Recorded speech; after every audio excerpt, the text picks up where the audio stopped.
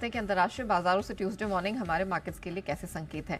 तो कह सकते हैं ठीक ठाक की शुरुआत, एटलीस्ट गिफ्ट निफ्टी पर नजर डालें तो 25-27 अंकों की स्ट्रेंथ वहां से निकल कर आती हुई दिखाई दे रही है। डाउ फ्यूचर्स इस समय 35-36 अंक कमजोरी के साथ ट्रेड कर रहा है। नास्डैक फ्यूचर्स की बात करें यहाँ पर भी 15-17 अंकों की कमजोरी दिखाई दे रही है। लेकिन एशियन स्पेस पर नजर डालिए, जापानीज मार्केट निके ठीक ठाक है, 70-71 अंकों की स्ट्रेंथ वहां से आ रही है और स्पेस में अभी तक जितने मार्केट्स खुल रहे हैं वो हरे निशान में ही खुलते नजर आ रहे हैं। एक बड़ा कमबैक कमोडिटी मार्केट ने दिखाया है पिछले हफ्ते की सुस्ती के बाद।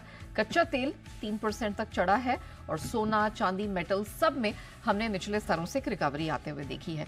तो क्या कुछ हुआ है अंतर्राष्ट्रीय बाजारों में, कौन से महत्वपूर्ण ट्रिगर्स, डेटा पॉइंट्स जिन पर रखनी नजर, आइए जान लेते हैं। कुशल के पास है पूरी डिटेल्स। कुशल, मॉर्निंग, क्या कुछ हुआ है? बड़े मिले जुले से संकेत दिखे हैं, तो एग्जैक्टली कौन परफॉर्म कर रहा है, कौन नहीं परफॉर्म कर रहा है, क्या हो रहा है?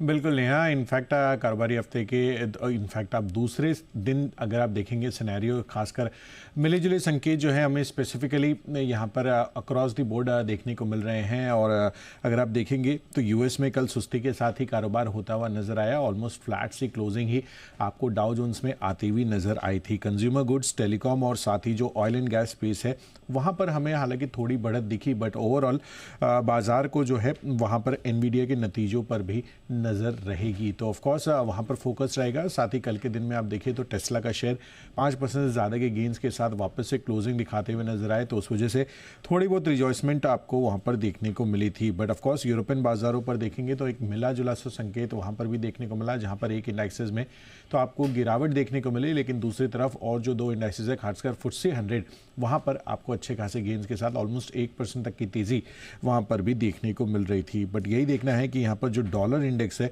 वहाँ पर 7 दिनों की जो एक तरफा तेज़ी हो रही थी उस पर अब ब्रेक लगता हुआ नजर आया है। 106 के पास डॉलर इंडेक्स कारोबार कर रहा है। बट कच्चा तेल यहाँ पर अब वापस से फोकस बनता हुआ दिख रहा है। कल आप देखिए तो 3% से ज़्यादा की मजबूती यहाँ पर देखने को मिल रही थी और एक हफ्ते बाद वापस से जो कच्चा तेल है वो $73 के पार होता हुआ दिख रहा है। रॉ शुगर और साथ ही जो कॉफ़ी की कीमतें हैं वहाँ पर भी आपको इजाफा देखने को मिला है। तो देखना होगा कि उन सब शेयरों से, उन सब कमोडिटीज से जुड़े हुए जो शेयर्स हैं उन पर किस तरह का इम्पैक्ट आपको आता हुआ दिखता है। बट ऑल इन ऑल अभी मिला जुला सा सेटअप है और इसी वजह से GIFT Nifty almost flat to slightly positive आपको कारोबार करते हुए दिख रहा है।